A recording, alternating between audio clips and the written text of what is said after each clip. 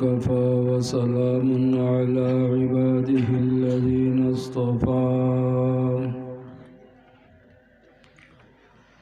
أما بعد فأعوذ بالله من الشيطان الرجيم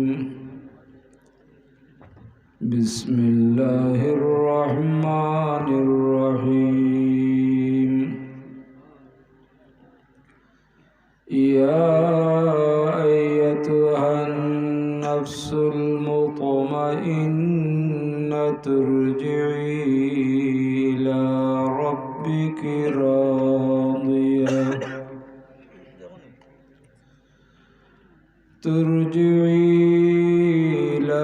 ربك راضية مرضية فادخلي في عبادي وادخلي جنتي صدق الله العظيم. وقال النبي صلى الله عليه وسلم أكثروا ذكر هذه اللذات الموت إن الله وملائكته يصلون على النبي يا أيها الذين آمنوا صلوا عليه وسلموا تسليما بلغ العلا بكماله كشف الدجى بجماله حسنت جميع خصاله صلوا عليه وآله سلموا يا قوم بال صلوا على صدر الأمين مصطفى ما جاء إلا رحمة للعالمين. محترم حاضرین کرام،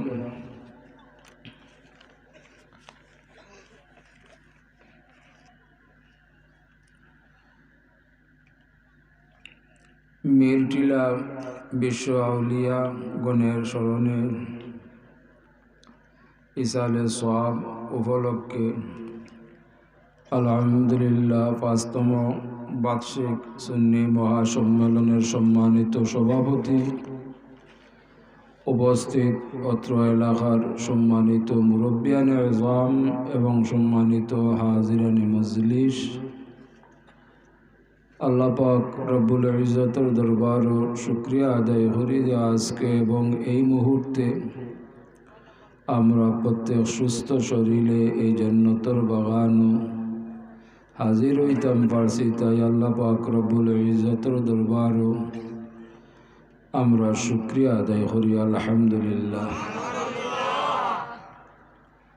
আপনারা দীর্ঘ সময় ধরে ধৈর্য সহকারে যে সময় বাড়িয়ে করে থাকার কথা, ঠিক সেই সময়ে একমাত্র রব্বুল আলামিনের সন্তুষ্টির উদ্দেশ্যে হুজুরে পাক সাল্লাল্লাহু আলাইহি ওয়াসাল্লামর মহব্বতে, আউলিয়া কেরামুল্লাহর মহব্বতে বাড়িঘর ত্যাগ করিয়া এই মুবারক মহফিল ও এই জান্নাতের বাগান সশরীরে অংশগ্রহণ করছেন। আল্লাহ পাক রব্বুল ইজ্জতে আপনার অংশগ্রহণ করারে, আমরার অংশগ্রহণ করারে কবুল করুক আমিন। আজকের এই মুবারক মহফিল হইল ইসালে সওয়াবর মহফিল। ইসালে সওয়াবর অর্থ হইল পুণ্য পৌঁছানো। দুনিয়ার সফর শেষ করি যারা কবর গেছেন, এরা রূফরে সওয়াব রেসানি করা, নেকি দিয়ে আইদ করার নামও হইল ইসালে সওয়াব মহফিল। আমরা বাৎসরিক সম্মিলিতভাবে এই মহফিলের মাধ্যমে পবিত্র ইসালে সওয়াব মাহফিল করি, এটা খুবই গুরুত্বপূর্ণ। আবার আমরা যেন না ভুলে যাই আল্লাহ পাক রব্বুল ইজ্জতে আমরারে সুযোগ প্রদান করছেন, আমরা যেন প্রতিদিন আমরা অন্ধকার কবরবাসী হলরে স্মরণ করতাম পারি। যেমন 5 ওয়াক্ত নামাজের ফর আমরা কিছু সময় কিবলামুখা বইয়া আল্লাহ আমরারে দেখরা, এই মনোভাব নিয়া যদি আমরা কোরআনুল কারীম তিলাওয়াত করি, কিছু ওয়াজিফা শরীফ তিলাওয়াত করি, দুরূদ শরীফ পাঠ করি, আমরা কবরবাসী হলর লাগি দোয়া করি, আমরার লাগিও দোয়া করি, তাহলে এইভাবেও আমরা ইসালে সওয়াব মাহফিল বা এবার ইসালে সওয়াব পালন করতাম পারি। আমরা অনেকেই এই ধারণা পোষণ করি যে বাৎসরিক ইসালে সওয়াব সম্মিলিতভাবে করলাম, আর কবরবাসী হলরে স্মরণ করার প্রয়োজন নাই। না, আমরা প্রতিদিন, এটা আমরার গুরুর দায়িত্ব, আমরা যেন আমরা কবরবাসী হলরে স্মরণ করতাম পারি। কারণ আল্লাহ পাক রব্বুল ইজ্জতে অসংখ্য অগণিত প্রাণী হল সৃষ্টি করছেন। প্রত্যেক প্রাণী সম্পর্কে আল্লাহ ঘোষণা দেয়া রাখছেন, কুল্লু নাফসিন যায়িকাতুল মাউত। আমরার পূর্বে যারা সৃষ্টি হয়েছেন এরাও অবশ্যই মৃত্যুর স্বাদ গ্রহণ করতে হয়েছে। আমরা বর্তমানে যারা আছি আমরাও অবশ্যই মৃত্যুর স্বাদ গ্রহণ করতে হইব। কিয়ামত পর্যন্ত যারা আগমন করবা এরাও অবশ্যই মৃত্যুর স্বাদ গ্রহণ করতে হইব। আমরা পূর্বে যারা এই জমিন থেকে বিদায় হয়েছেন, এটা হইল আল্লাহর সিস্টেম, হিকমত। আল্লাহ এইভাবে সিস্টেম করিয়া রাখছেন যে আগে যারা গেছেন পিছনের এরার লাগি মাগফিরাতুর দোয়া করবা। এটা হইল আল্লাহর খাস মেহেরবানি, খাস দয়া। কারণ আল্লাহর হাবিবে ফরমান, মানুষ যে মুহূর্তে দুনিয়া থেকে বিদায় হয় এই মুহূর্ত তাকিয়া তার নেকির দরজারে বন্ধ করে দেওয়া হয়।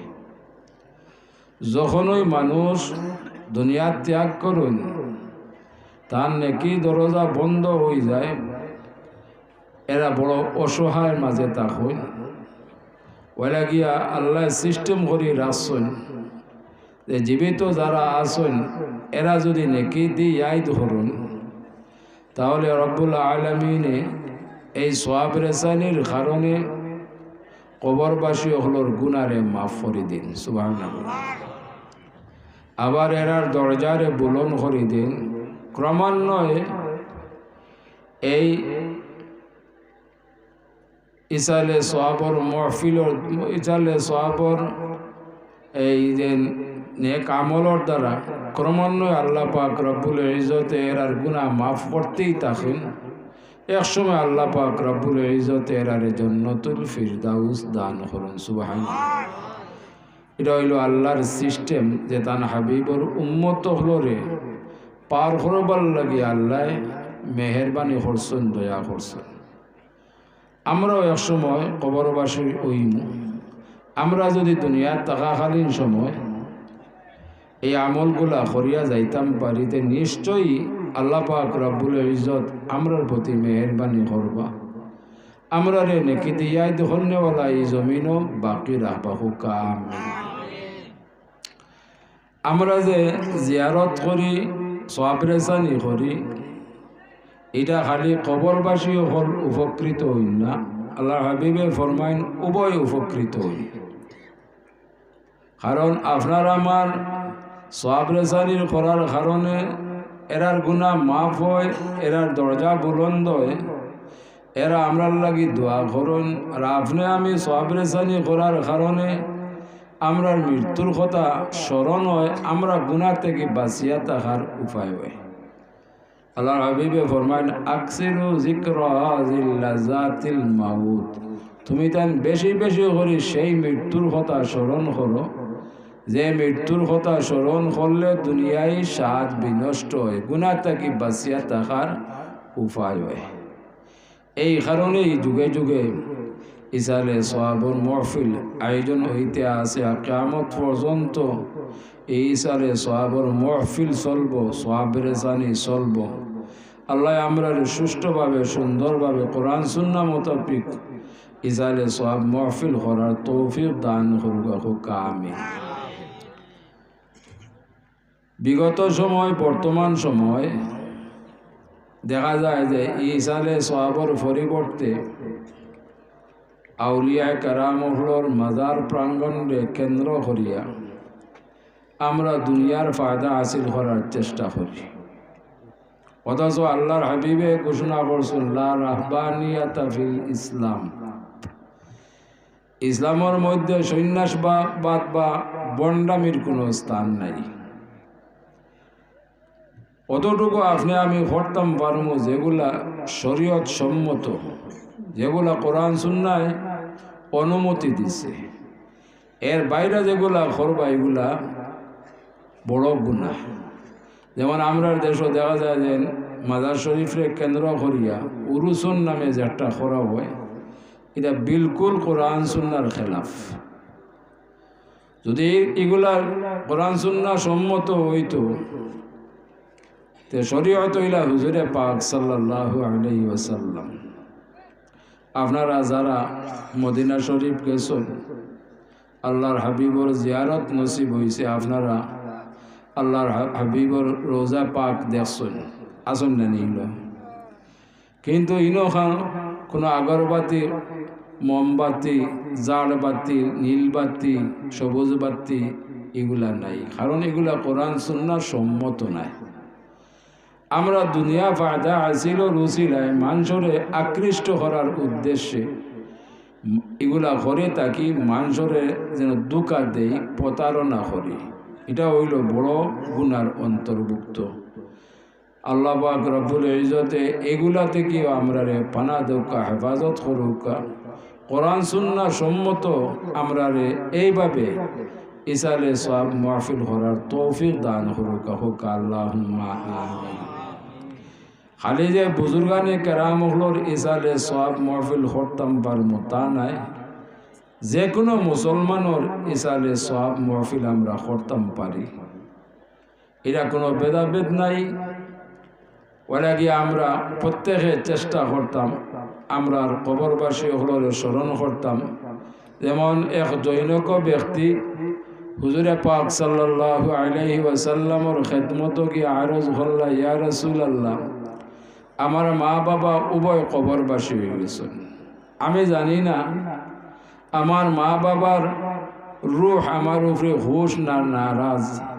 ইয়া রাসূলুল্লাহ, কোনো আমল আমারে শিক্ষা দিয়া দেখা, যে আমল করার কারণে আল্লাহ পাক রব্বুল ইজ্জত আমার মা বাবার উপরে সন্তুষ্ট হইন, আমার মা বাবারে মাফ করে দেন, আর আমি আমল করার কারণে আমার মা বাবার রূহ আমার উপরে আল্লাহ খুশি করে দিন। সুবহানাল্লাহ।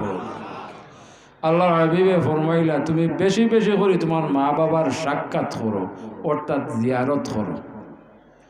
ওলা গিয়ে আমরা নিকটস্থ কবরস্থান থাকলে আমরা ডেইলি চেষ্টা করতাম 2-1 বার জিয়ারত করা, এরার সাক্ষাৎ করা, সওয়াব রেসানি করা। যদি এগুলো আমরা করিয়া যাইতাম পারি, তে নিশ্চিত নিঃসন্দেহ আপনি আমি কবর যাওয়ার পর আল্লাহ এই জমিন আমরা রে নেকি দিয়ে ইয়াদ করনেওয়ালা বাকি রাখবা। আমরা চাই না নি এই জমিন থেকে যাওয়ার বাদে আমরা রেও খেউ না খেউ নেকি দিয়ে ইয়াদ করুক। এগুলা চাইতে হইলে আপনি দুনিয়ার থাকাকালীন সময় আমল করতে হইব, এই আমলের বদলা আল্লাহর পক্ষ থেকে এগুলা দেওয়া হইব। আল্লাহ আমরা তৌফিক দান করুক, আমিন। মুহতারাম হাজিরিন কেরাম, হুজুরে পাক সাল্লাল্লাহু আলাইহি ওয়াসাল্লাম আমরা লাগিয়া বড় নিয়ামত। হুজুরে পাক সাল্লাল্লাহু আলাইহি ওয়াসাল্লাম আল্লাহর তাম সৃষ্টি জগতর লাগিয়া রহমত স্বরূপ। আল্লাহ যত জিনিস সৃষ্টি করছেন তাম আলম অর্থাৎ গাছপালা নদী নালা যত কিছু আছে আল্লাহর সৃষ্টি জগত সব কিছুর লাগিয়া আল্লাহর হাবিবুল্লাহ রহমাতাল লিল আলামিন। আবার হুজুরে পাক সাল্লাল্লাহু আলাইহি ওয়াসাল্লামের উপরে আসমানি কিতাব সমূহের মধ্যে সর্বশ্রেষ্ঠ কিতাব কোরআনুল কারীম আল্লাহ নাজিল করছেন। হুক আলহামদুলিল্লাহ। এই কোরআনুল কারীম হুজুরে পাক সাল্লাল্লাহু আলাইহি ওয়াসাল্লামের সবচেয়ে বড় মুআজিজা। আল্লাহ পাক রব্বুল ইজ্জত এই কোরআনুল কারীম সম্পর্কে ঘোষণা করেন, লাউ আনজালনা হাযাল কুরআনা আলা জাবালিল লারাআইতাহু খাশিআম মুতাসাদ্দিআম মিন খাশিয়াতিল্লাহ। আমি যদি আমার কোরআনুল কারীমে কোনো পাহাড় পর্বত অবতরণ করতাম, নাজিল করতাম, তাহলে এই পাহাড় পর্বতগুলা কখনো বরদাস্ত করা সম্ভব হইতো না আমার কোরআনুল কারীমের তজল্লি বা ওজন। সুবহানাল্লাহ। আল্লাহর সৃষ্টি জগতের মাঝে সবচেয়ে বড় সৃষ্টি হইল পাহাড় পর্বত। আল্লাহ উদাহরণ দিয়েছেন পাহাড় পর্বত দ্বারা, কিন্তু এই কোরআনুল কারীম হুজুরে পাক সাল্লাল্লাহু আলাইহি ওয়াসাল্লামের উপরে নাজিল করা হয়েছে। আমি প্রসঙ্গ করার উদ্দেশ্য হইল যে বর্তমান সময় বড় কঠিন সময়, যে আমরা ভাই বিরাদর আত্মীয় স্বজন কেউ মারা গেলে পূর্বেকার ইমানদার মুসলমান হলে সওয়াব রেসানির উদ্দেশ্যে এই মুর্দার নিকটস্থ কোরআনুল কারীম তিলাওয়াত করতা, ঠিক কিনা? এখনো আমরা করি, কিন্তু বর্তমানে আমরা বাধাগ্রস্ত। কিছু সংখ্যক মানুষে কইন যে কোরআনুল কারীমের তিলাওয়াতের কোনো প্রয়োজন নাই, অথচ কোরআনুল কারীম আল্লাহ পাক রব্বুল ইজ্জতে মুমিন হলর লাগি রহমত স্বরূপ দান করছেন। হুক সুবহানাল্লাহ। হুজুরে পাক সাল্লাল্লাহু আলাইহি ওয়াসাল্লাম तमाम আলমুল লাগি রহমত, আর কোরআনুল কারীম হইল মুমিন হলর লাগি রহমত। আর আপনি যদি সওয়াব রেসানি করতে হয়, তো সওয়াব রেসানি করার মূল জোট হইল কোরআনুল কারীম। কথা ঠিকই না? তারা হয় কিতা যে এন দম গেছে গিয়া তানিয়া কোরআনুল কারীম শোনাইয়া ফায়দা কিতা আসেন কথা। আমরা তো এই ময়ত্রে কোরআনুল কারীম শোনারই উদ্দেশ্য নাই, তান সওয়াব রেসানির উদ্দেশ্যে যে আমি কোরআনুল কারীম তিলাওয়াত করমু, এই কোরআনুল কারীমের সওয়াব আল্লাহ এর রূহ রূপে পৌঁছাই দিবা, এর উসিলা এই মুর্দে কাণ্ডে মাফ করে দিবা, ওটাও তো উদ্দেশ্য। ওলাগে এই কঠিন সময় আমরা ধৈর্য সহকারে সামনের দিকে অগ্রসর হইতে হইব, সঠিক কোরআন সুন্নাহ মোতাবেক জীবনযাপন করতে হইব। তো সঠিক কোরআন সুন্নাহ মোতাবেক আপনি ফাইতে হইলে একমাত্র উপায় হইল বিগত জিন্দেগির ইমানদার মুসলমান হলরে অনুসরণ করতে হইব। কারণ প্রশ্ন আইতে পারে যে বিগত জিন্দেগির ইমানদার মুসলমান হলরে অনুসরণ করলে কোরআন সুন্নাহরে অনুসরণ হইব কিভাবে? কারণ আজকাল তো আমরা হল পণ্ডিত, বাংলা অনুবাদ করার কারণে আমরা হলেও কোরআনুল কারীমের বাংলা অনুবাদ পড়ি, হাদিস শরীফের বাংলা অনুবাদ করার কারণে আমরা বাংলা অনুবাদ পড়ি, তাফসীর হলর বাংলা অনুবাদ করার কারণে আমরা বাংলা অনুবাদ পড়ি। এই অনুবাদ করার কারণে মুষ্টিমে কিছু মানুষ উপকৃত হয়েছে না, সব মানুষ গুমরা হয়েছে। তো হইবা খেনে কোরআনুল কারীম এই অনুবাদ পড়িয়া বুঝার কারোর কোনো ক্ষমতা নাই। কোরআনুল কারীম বুঝার দুনিয়ার একমাত্র ক্ষমতা প্রদান করছেন একমাত্র হুজুরে পাক সাল্লাল্লাহু আলাইহি ওয়াসাল্লাম রে। ওলাকি কোরআনুল কারীমের মূল ব্যাখ্যা হইল তাফসীর হইল হাদিস শরীফ, ঠিক কি না? ওলাকি আমরা পূর্বেকার ইমানদার মুসলমান হলরে অনুসরণ করলে কোরআন সুন্নাহ অনুসরণ হইব এই কারণে যে আমরা থেকে আমরা পূর্বপুরুষ হল সর্বাধিক দিয়া উত্তম, স্বীকার করেননি? সর্বাধিক দিয়ে এরা আমরা থেকে শ্রেষ্ঠ।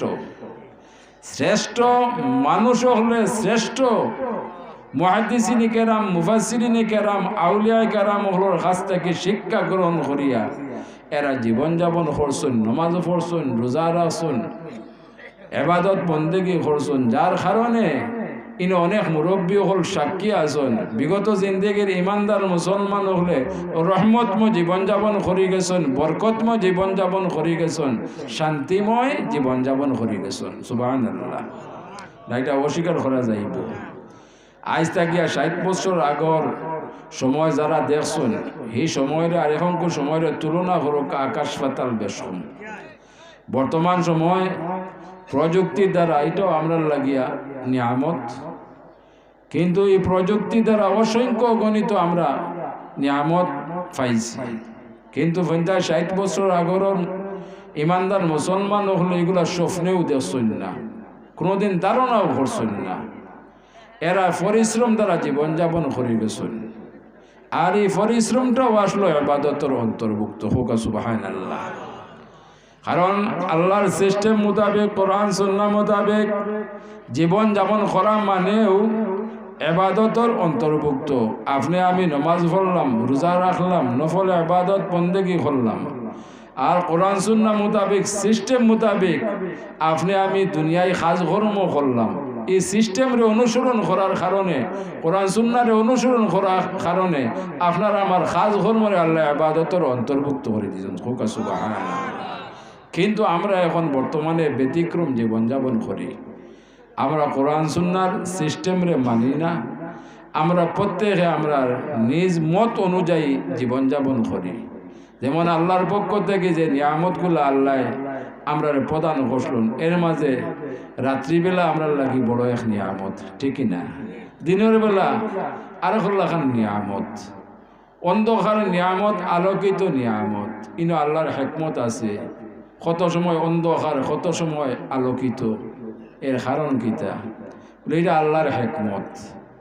এই যে রাত্রিবেলা আমরা লাগে বড় নিয়ামত ও কারণে যে তাম দুনিয়া নিস্তব্ধ হয়ে যায়, আর যার কারণে আল্লাহ পাক রব্বুল ইজ্জত থেকে এশা থেকে ফজর পর্যন্ত কোনো ফরজ ইবাদত বন্দেগি দান করছেন না, না করছেন না। কারণ কিতা? বলে আমার বন্দা হলে, আমার হাবিবর উম্মত হলে শারীরিক পরিশ্রম করবা, মেহনত করবা, তারা যেন রাত্রিবেলা বিশ্রাম করতে পারে। হোক সুবহানাল্লাহ। আল্লাহ যে কত দয়ালু, কিন্তু সুযোগ রাসুল খেজুর নফল ইবাদত বন্দেগি করে আলহামদুলিল্লাহ আমি তারারে এই সওয়াব প্রদান করব, এই সময় ইবাদত বন্দেগির সঙ্গে সঙ্গে কবুল করব, এই সময় দুয়ারে আমি সঙ্গে সঙ্গে কবুল করব। সুবহানাল্লাহ। এখন বর্তমানে আমরা আল্লাহর নিয়ামত হলরে অস্বীকার করতে আছি। এই প্রযুক্তির কারণে আমরা দিন রে রাত করছি, রাত্রে দিন করছি। কথাটা ঠিক কিনা? এই যে আল্লাহ পাক রব্বুল ইজ্জতে মেহরবানি করছেন, সিস্টেম করিয়া রাখছেন, সিস্টেম মোতাবেক আমরা জীবনযাপন যদি করতাম, তে বর্তমানে আমরা শারীরিকভাবে এত ক্ষতিগ্রস্ত হইতাম না, মানসিকভাবে এত ক্ষতিগ্রস্ত হইতাম না, অর্থনৈতিক দিক দিয়ে আমরা অত ক্ষতিগ্রস্ত হইতাম না, সামাজিকভাবে আমরা এত ক্ষতিগ্রস্ত হইতাম না।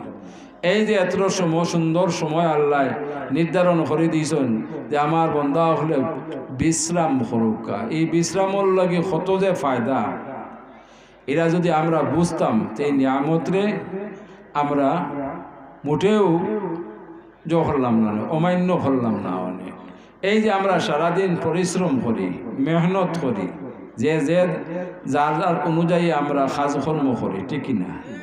আমরা মানসিকভাবে ক্ষতিগ্রস্ত হই, আমরা যে অঙ্গ প্রত্যঙ্গগুলোও ক্ষয় হয়, আমরা প্রত্যেকটা জিনিস ক্ষয় হয়। আমরা তো সাধারণত একটা চপ্পল ব্যবহার করলে কদিন বা দেখবা এটা ক্ষয় হয়ে গেছে, হয় কিনা? এইভাবে যত জিনিস আমরা ব্যবহার করি এগুলা ক্ষয় হয়, আমরারও আত্মা অঙ্গ প্রত্যঙ্গগুলা ক্ষয় হয়। কিন্তু আল্লাহ মেহরবানি করছেন, এই যে লম্বা এক সময় নিয়ামত হিসাবে দান করছেন বিশ্রাম লাগিয়া, এই বিশ্রামের মধ্য দিয়ে আমরা যেগুলো ক্ষয় ওইগুলো আল্লাহ পূরণ করে দিন। সুবহানাল্লাহ। কথা বুঝতাম পারছি না? যেমন আমরা যে যখন থেকে আটা শিখি তখন থেকে আমরা আটা শুরু হয়, আর মৃত্যুর আগ পর্যন্ত আমরা প্রয়োজনে আটা ফিরা করি কিনা? যদি আল্লাহ মেহরবানি না করতা, এই হয়রে ফুরন না করতা তে তো আমরা ফাতা থেকে সিঁড়ি সিঁড়ি যত বয়স হইল না আটু পর্যন্ত উঠি গেল কথা ঠিক না নি আল্লাহ মেহরবানি করুন যেগুলা ক্ষয় হয় এই বিশ্রামর কারণে আল্লাহ পূরণ করে দেন হাত পা যে ক্ষয় হয় এগুলো আল্লাহ পূরণ করে দেন আমরা শারীরিক যেভাবে যে ক্ষয় হয় এগুলারে আল্লাহ পূরণ করে দেন এটা হইল আমরা আল্লাহর পক্ষ থেকে বড় নিয়ামত কিন্তু আমরা এই নিয়ামতরে বর্তমানে অস্বীকার করতে আসি আমরা দিন রে রাত হরিয়ার আর রাইতে দিন হরিয়ার ইলাখান কোনো পরিবার নাই এখন যে 3-4টা আগন্ত মানুষ ঘুমায় কথা ঠিক নেই আমি আমার কথাও হইয়ার কারণ পরিবেশ ওলাখান বাধ্য করে দিছে আমরা 3-4টা পর্যন্ত আমরা তার জাগ্রত অবস্থায় সময় অতিবাহিত করি এতে আমরা শারীরিক মানসিক ওই যে বেমার আজার এগুলো আমরা নিজে সৃষ্টি করি আর বড় জিনিস হইল এই 5 ওয়াক্তের মাঝে 1 ওয়াক্ত ফজরের নামাজে আমরা কিতা করি হারাই নামাজ থেকে বঞ্চিত থাকি কিন্তু এই 2 ওয়াক্তের গুরুত্ব এত বেশি আসর আর ফজর কারণ আসর ওয়াক্ত একগরো ফেরেশতা দুনিয়াত আগমন করুন আর একগুরো জমিন তাকিয়া বিদায় হই ঠিক ওলাখান ফজর ওয়াক্ত একগুরো ফেরেশতা আগমন করুন আর একগুরো বিদায় হই এর আগে আল্লাহর কাছে রিপোর্ট দেই আমরা যারা রে ফজরের নামাজও পাইয়া আইলা গেলা কে হইবা আল্লাহ জিগাইবা আল্লাহ তোমার আমার বন্দার একিলা খান রাখিয়া আইছো আল্লাহ জানুন না সত্যও জানুন আমারও ফেরেশতা হল আমার বন্দা হলো রেখিলা রাখিয়া আইলা ফেরেশতা হলো জবাব দিল আল্লাহ তোমার অমুক পদা অমুক বন্দারে তুই আইছি তোমার ইবাদত বন্দির মাঝে নমাজের মাঝে আল্লাহ বলে লেখি লও এই সারাটা দিন আমার বন্দার নমাজের হালত লেখি লও সুবহানাল্লাহ ঠিক আসর রক্ত বললা তো দেখা যায় মকবুল যে সময়গুলো আমরা ঘুমাইয়া খাটাই এই নিয়ামতর যে আমরা কদর করি না যার কারণে আমরা শারীরিক মানসিক সর্বদিক দিয়ে আমরা ক্ষতিগ্রস্ত হইতে আছি ওলাগে আমরা সেই দিকে লক্ষ্য রাখতে হইব বিশেষ করে আমি আপনারা সামনে একটা আলোচনা করতাম সাইয়ার যে আল্লাহ পাক রব্বুল ইজ্জত আলিমুল গায়ব সব কিছু অবগত বিগত সময় বর্তমান সময় কিয়ামত পর্যন্ত এর পরবর্তী আউয়াল আখির আল্লাহ অবগত সব আল্লাহ জানেন যার কারণ ১৫০০ বছর আগে বিগত সময়ের লাগি বর্তমান সময়ের লাগিয়া আমরা পরবর্তীর লাগিয়া সতর্ক করিয়া ঘোষণা দিয়া রাসূল ইয়া আইয়ুহাল্লাযীনা আমানু কু আনফুসাকুম ওয়া আহলিকুম নারা হে ইমানদারগণ হে মুমিনগণ নিজেদের পরিবার পরিজনদেরকে জাহান্নামের আগুন থেকে রক্ষা করো এটা আমরা প্রত্যেকের গুরু দায়িত্ব পুরুষ মহিলা আমরা প্রত্যেকের লাগিয়া আমরা এটা দায়িত্ব আমরা দায়িত্বশীল আজকে যারা শিশু আগামী দিনও তারা দায়িত্বশীল আমরা যখন শিশু আসলাম তখন আমরা অভিভাবক আসলা দায়িত্বশীল ঠিকই না তা আমরা অভিভাবক আমরা পূর্বপুরুষের আমরার প্রতি বড় ইহসান ওলাগি আমরা আজকে এই জাতীয় ইসালে সওয়াব মাহফিল হল করি এখানে এরার ইহসান আমরার প্রতি আছে এরার লাগি দোয়া করি যারা জীবিত আছেন এরার লাগি দোয়া করি আল্লাহ এরা সুস্থতা দান করো নেক হায়াত দান করো করি কিনা যারা কবরবাসী হয়েছেন আল্লাহ এরার জান্নাতুল ফিরদাউস দান করো কিন্তু আমরা যেভাবে সামনে দিকে অগ্রসর হইয়ার আমরা আগামী দিনও আমরা লাগিয়া আগামী দিনে প্রজন্ম হলে আমরা লাগি দোয়ার পরিবর্তে এরা বদদোয়া করব কারণ সঠিকভাবে এরা কোরআন সুন্নাহ মোতাবেক আমরা শিক্ষা দিতে অক্ষম শিক্ষা দিয়াম না গাফলতি করিয়ার অবহেলা করিয়ার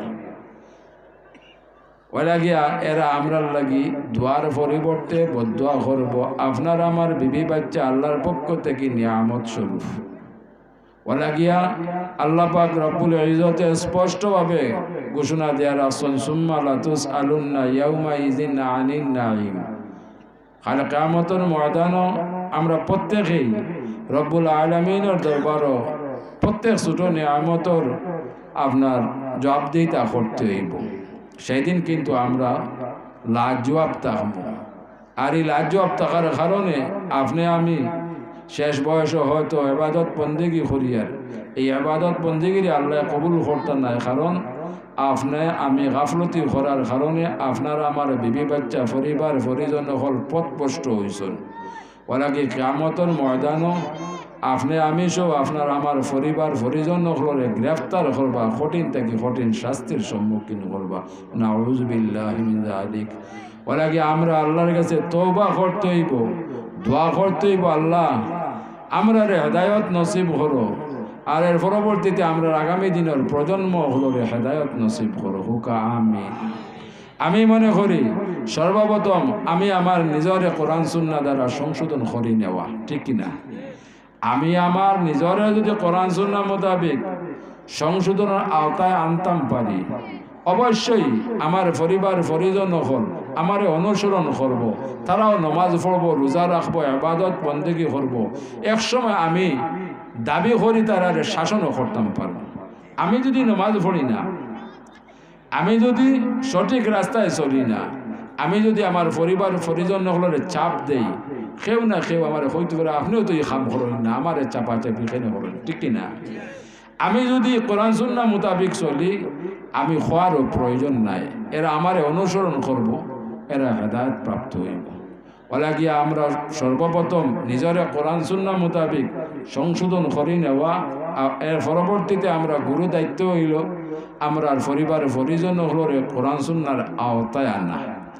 এইভাবে যদি আমরা প্রত্যেক পরিবারের প্রত্যেক সদস্য এইভাবে নিজের কোরআন সুন্নাহ মোতাবেক সংশোধন করে নিতাম পারি, ইনশাল্লাহ আমরা সর্বপ্রথম পারিবারিক যত সমস্যা আছে সব সমস্যার কিছুদিনের মধ্যে আল্লাহ দূর করে দিবা। এলাকান কোনো পরিবার নাই যে পরিবারের সমস্যা নাই, কথাটা ঠিকই না?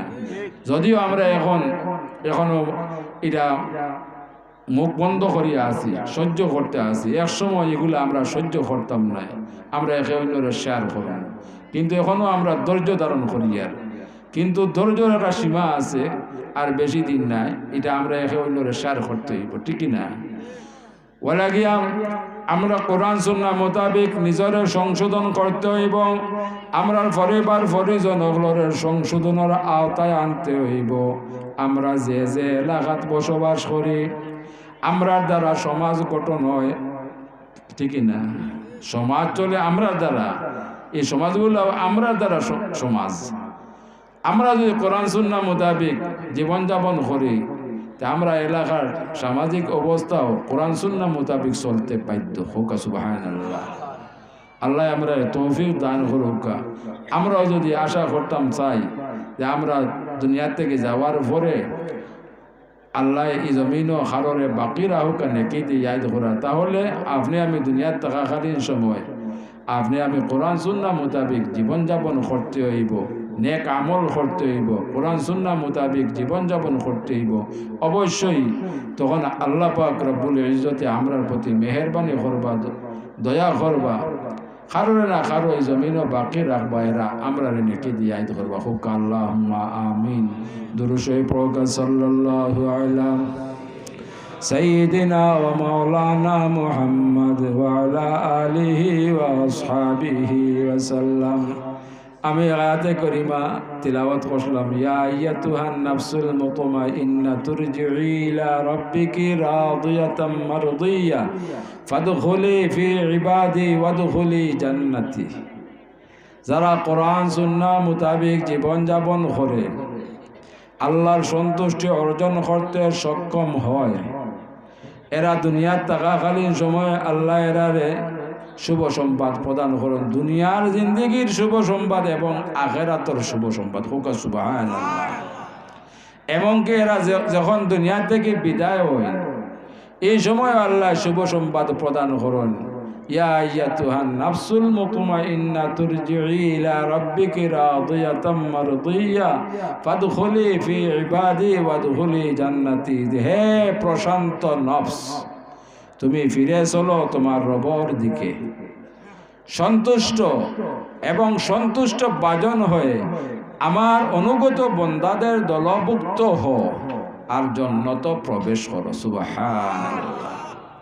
যদি জিন্দেগিরে আমরা সুন্দর করতাম পারি, আল্লাহর রঙে রঙিন করতাম পারি, ইনশাআল্লাহ আল্লাহ দুনিয়া জিন্দেগি সফল করে দিবা। আর দুনিয়া জিন্দিগিরে সবল করে দিবার কারণে আখিরাতের জিন্দিগিরে কামিয়াব করে দিবা। ওলাকে এই মর্মে আল্লাহ ঘোষণা করুন সিবগাতাল্লাহ ওয়া মান আহসানু মিনাল্লাহি সিবগা ওয়া নাহনু লাহু আবিদুন। আমরা গ্রহণ করলাম আল্লাহর রং। আল্লাহর রঙের চাইতে শ্রেষ্ঠ রং আর কি হতে পারে?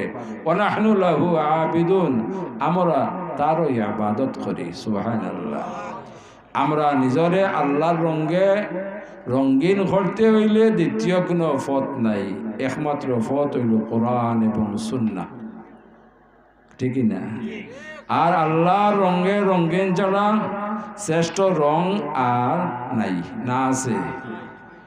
ওনাহনু লাহু আবিন, আমরা তারও ইবাদত করি। কিতার দ্বারা রঙিন করতে হইব বলে ইবাদত বন্দেগীর দ্বারা। আল্লাহ আমরা তৌফিক দান করুক, আমিন। মুহতারাম হাজিরিনে কেরাম, এই যে ইসালে সওয়াব মাহফিল, এই জাতীয় মুবারক মাহফিল আমরা আল্লাহ তৌফিক দান করুক কোরআন সুন্নাহ মোতাবিক এই মাহফিল হল করার। তো প্রশ্ন হইব যে এইটাতে কোরআন সুন্নাহ মোতাবিক নাইনি, না বলে আমরা সময় সময় এগুলো খালি পরিবর্তন হইতে আছে। কিভাবে পরিবর্তন হইতে আছে? এইভাবে পরিবর্তন হয়েছে, এই জাতীয় মুবারক মাহফিল সময় সময় আমরা মাহফিলটাকে অনুষ্ঠানে নিয়ে যাইতে আছি, আমরা বাৎসরিক উৎসবে পরিণত করতে আছি। কথাটা ঠিকই না? কারণ এই জাতীয় ইসলামী মাহফিলটাকে আমরা অনেক কিছু পাওয়ার আশা রাখি, উপকৃত হওয়ার আশা রাখি, কিন্তু আমরা এই জাতীয় মাহফিলটাকে উপকৃত হওয়া সম্ভব হয় না। কারণ হইল আমি যে আলোচনা করি আর আল্লাহর হাবিবর ঘোষণা মোতাবেক এই আলোচনা ওলাহান হইতে হইব। আমি যে আলোচনা করব কোরআন সুন্নাহ মোতাবেক এই আলোচনা সর্বপ্রথম আমি নিজে আমল করতে হইব। কথাটা বুঝাইতাম পারছি না? আমি যতক্ষণ আমল না করব ততক্ষণ আমি যত সুন্দর সুরে হোক আর যত সুন্দরভাবে উপস্থাপন করি না কেন, এগুলা আপনার দিল আপনার আর কল্প অ্যাকশন করতো না, শুধু ওখানে হামাইব, ওখানে বাইর হইব। যার কারণে আমরা এত সব মহফিল হওয়া সত্ত্বেও আমরা উপকৃত হইয়ার না, বরং আমরা খালি অবনতি হইতে আছে। কথাটা ঠিক কিনা? ওলাগে দরকার হইল মুআজ্জাজ বুজুর্গানে কেরাম হলরে আমরা এই জাতীয় মুবারক মহফিল হাজির করা। যারা দিনী ইলম আছে তার পাশাপাশি আমলও পরিপূর্ণ আছে, এরার আলোচনা শুনলে দেখবা 2-1 বছরের ভিতরে আমরা পরিবর্তন আইতে আছে। আল্লাহ আমরা সঠিকভাবে কোরআন সুন্নাহ মোতাবিক এই জাতীয় মুবারক মহফিলের আয়োজন করার তৌফিক দান করুক, আল্লাহুম্মা আমিন। না বেজার হইলা, বিশেষ করে আমি নওজোয়ান হলর প্রতি আহ্বান করি যে আমরা আগামী দিনের প্রজন্ম হলর দ্বারা এই জাতীয় মুবারক মহফিলের আয়োজন করা হয়। আলহামদুলিল্লাহ আমরা খুশি, আমরা দোয়া করি যে আগামী দিনের প্রজন্ম হলরে আল্লাহ কবুল করুক, পবিত্র ইসলামর খাটে সিপা সালার হিসাবে মঞ্জুর হোক, আমিন। কিন্তু আপনারা সতর্কভাবে এই জাতীয় মুবারক মহফিল উলামায়ে কেরাম হলরে আনতে হইব। যারা সম্বন্ধে আপনারা জানা আছে, অন্তত পক্ষে আইডিয়া আছে যে দিনী ইলমের পাশাপাশি আমল আছে, তখন আপনারা আনলে এই মহফিল থেকে আপনারা উপকৃত হওয়ার সম্ভাবনা থাকবো। আর যদি খালি লেবাস দেখিয়া, চেহারা দেখিয়া, ইউটিউব দেখিয়া আপনারা আনন, আপনারা আমরা যেভাবে আমরা ধ্বংস হইতে আছি, দুনিয়া জিন্দেগিও ধ্বংস হইব, আখিরাতের জিন্দেগিও ধ্বংস হইব। আল্লাহ আমরা হেদায়েত নসিব করুক। আমি আলোচনারে দীর্ঘায়িত করতাম চাইয়েন না, বিশেষ করিয়া এক দাওয়াত সুযোগে আপনারা খেদমত পৌঁছাইতাম চাইয়ার। আমরা মুর্শিদুল আল মুকাররম আল্লামা সাহেবুল্লাহ রহমতুল্লাহি আলাইহির নেতৃত্বে তাই দুনিয়ার থাকাকালীন সময় শানে রিসালত এই মহফিল শুরু করে গেছিলাম।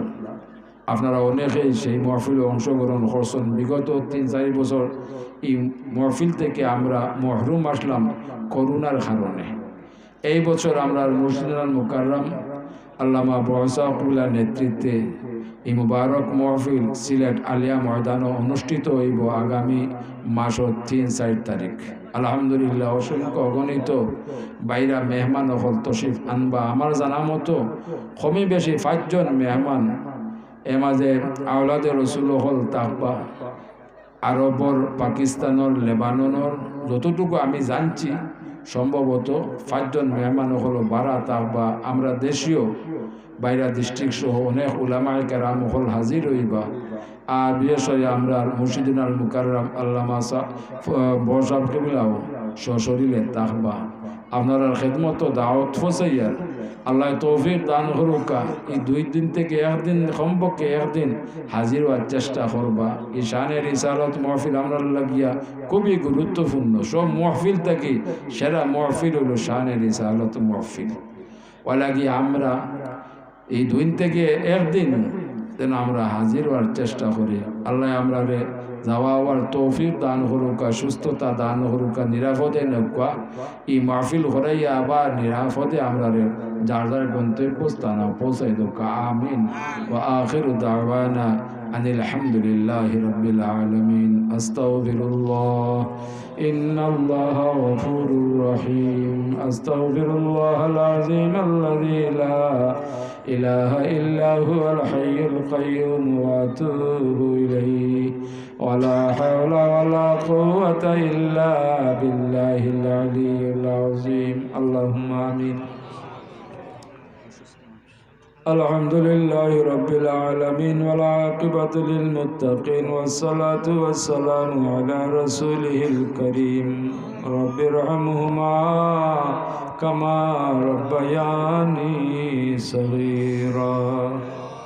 আয় আল্লাহ, তুমি দয়া করে আমরারে মাফ করে দেও। তুমি মেহেরবানি করে আমরা তামামর জিন্দা মুর্দা মা বাবারে মাফ করে দেও। আয় আল্লাহ, মুবারক মাহফিলের ওসিলায় অত্র এলাকার তামাম মুর্দাগান সহ তোমার হাবিবার যত উম্মত হল কবর বাসী হইছেন তামাম রে মাফ করে দেও। তামাম রে জান্নাতুল ফিরদাউস নসিব করো। আল্লাহ, আমরা যারা রে জমিন ও হায়াতে বাকি রাখছো প্রত্যেকরে সুস্থতা দান করো, নেক হায়াত দান করো, তোমার মকবুলুল আমিন নসিব ফরমাও। যতদিন জমিন বাকি রাখো একমাত্র তুমি মালিকর দরজার মুহতাজ ছাড়া দুসরা কারোর দরজার মুহতাজ আমরা রে বানাইও না। আমরা তামাম রে হালাল রোজির দরজা খুলে দেও, হালাল ব্যবসা বাণিজ্য করবার তৌফিক দেও। আল্লাহ, আমরার ভাই বিরাদর বাচ্চা কাচ্চা যারা বিদেশ বাড়িতে সুন্দরারে সহি সালামতে রাখো, নেক হায়াত দান করো, এরারে হালাল রোজির দরজা খুলে দেও। খাসলি আমরা বাচ্চা কাচ্চা ফন্ডওয়ালা হলোর সিনারে খুলে দেও, মকসুদ বুঞ্জিল পৌঁছাইয়া দেও। তামাম পরীক্ষার্থী হলোরে বেহতরিন কামিয়াবি নসিব ফরমাইয়া তামাম ওর মা বাবার কলিজারে ঠান্ডা করে দে। আয় আল্লাহ, তোমার বান্দা হল আমরা বড় আশা করি জান্নাতের বাগানে অংশগ্রহণ করছি। অংশগ্রহণ করার আগে আগে কত ধরনের দুঃখ হল মনের মধ্যে রাখছি। যে দুঃখ হল একমাত্র তুমি মালিক ছাড়া হইবার আর জায়গা নাই। যত ধরনের দুঃখ আছে তামাম দুঃখ হল তোমার কুদরত দ্বারা মোচন করে দেও। তামাম সমস্যার আসান করে দেও। তামাম বেমার হলের শিফা আজিলা ফরমাও। আমরা যে যে গাটো একটা পড়ছি মালিক তোমার কুদরত দ্বারা উদ্ধার করে দেও। আয় আল্লাহ ওয়া রাহমার রাহিমিন, এই মুবারক মাহফিল তোমার যত বন্দার বান্দি হলে দেশ বিদেশ থেকে সাহায্য সহযোগিতা করছেন, মেহনত করছেন, তামামরে সাহায্য সহযোগিতারে তুমি কবুল আর মঞ্জুর ফরমাও। আল্লাহ, এই মেহনত রে তুমি কবুল আর মঞ্জুর ফরমাও। আয় আল্লাহ, এই মাহফিলের পক্ষ থাকি, এই এলাকার পক্ষ থাকি লক্ষ কোটি সালাত ওয়া সালাম সোনার মদিনায় পৌঁছাইয়া দে। তোমার হাবিবার রূহে পাক আমরা তামাম রূহ রে খুশ করে দেও। আয় আল্লাহ, তামাম সাহাবায়ে কেরাম, তাবিঈন, তবে তাবিঈন, আইয়ামে মুস্তাঈদিন, সলফে সালিহিন সহ তামামর দরজারে বুলন্দ করে দেও ও গুরুর রূহ মুবারক আমরা তামামর উপরে খুশ করে দেও আয় আল্লাহ তামাম মুহাদ্দিসিনে কেরাম মুফাসসিরিনে কেরাম আউলিয়া কেরাম ওগুলোর দরজারে বুলন্দ করে দেও আসরে হযরত শাহ জালাল মুজাররদে মনি রহমাতুল্লাহি আলাইহি 360 আউলিয়া সহ তামাম তরিকতর তামাম বুজুর্গানে কেরাম সহ মুর্শিদুনা আল্লামা সাহেব কিবলা রহমাতুল্লাহি আলাইহি দরজারে বুলন্দ করে দেও ও গুরুর রূহ মুবারক আমরা তামামর উপরে খুশ করে দেও ও গুরুর উসিলায় আমরা দুয়ারে কবুল আর মঞ্জুর ফরমাও আল্লাহ আমরার যার যে মুকাসিদ আছে নেক বানাই দেওয়ার পুরা করে দেও আয় আল্লাহ আরহামুর রাহিমিন ও আকরামুল আকরামিন তোমার হাবিবে আমরা রে তোমার তো আমানত রাখিয়া গেছেন জানি আমরা গুনার কারণে আমরার উপরে নারাজ হইয়া আসমানি জমিনি কোন গজব দি হালাক করিও আল্লাহ আমরা তওবা করি আর আমরা রে মাফ করে দেও আসমানি জমিনি तमाम গজব থেকে হেফাজত করো খাস করে तमाम বিশ্বরে আমরা বাংলাদেশে ভূমিকম্পর মতো গজব দিয়ে হালাক থেকে হেফাজত করো আয় আল্লাহ আমরা গুনাহগার হইলে তোমার অসংখ্য অগণিত তোমার মকবুল বান্দা হল এই বাংলাদেশের সাহিত্য আসুন আল্লাহ এরা রুসিলাই গজব থেকে আমরা রেহাই দেও ربنا آتنا في الدنيا حسنة وفي الآخرة حسنة وقنا عذاب النار وادخلنا الجنة مع الأبرار يا عزيز يا غفار يا رب العالمين يا الله আমরার প্রতি মেহেরবানি করছো দয়া করছো মুর্শিদুনা আল্লামা বসাব কিবলার দান করছো আল্লাহ আমরার মুর্শিদুনার হায়াতে তৈবা বাড়াইয়া দে तमाम बेमार आजार तकी तमाम बला मुसीबत तकी सदा सर्वदा तुमी अल्लाह हेफाजत करो अल्लाह আমরার মুর্শিদিনার সফরটা আসান করে দেও সহি সালামতে तमाम সফর করাইয়া গন্তব্যস্থানে পৌঁছাইয়া দেও এই সায়ারে আমরার মাথার উপরে আরো বহুত বহুত দিন বাকি রাখো اللهم صل على سيدنا محمد صلاة دائمة مقبولة تؤدي بها النعق العظيم وفوض أمري إلى الله إن الله بصير بالعباد بفضل سبحان ربك رب العزة عما يصفون وسلام على المرسلين على آخر السور আমরা ছোট বড় পুরুষ মহিলা প্রত্যেকের শান্তিপূর্ণভাবে 5 ওয়াক্ত নামাজ কায়েম করবার তৌফিক দাও بفضل سبحان ربك رب العزة عما يصفون وسلام على المرسلين والحمد لله رب العالمين آمين آمين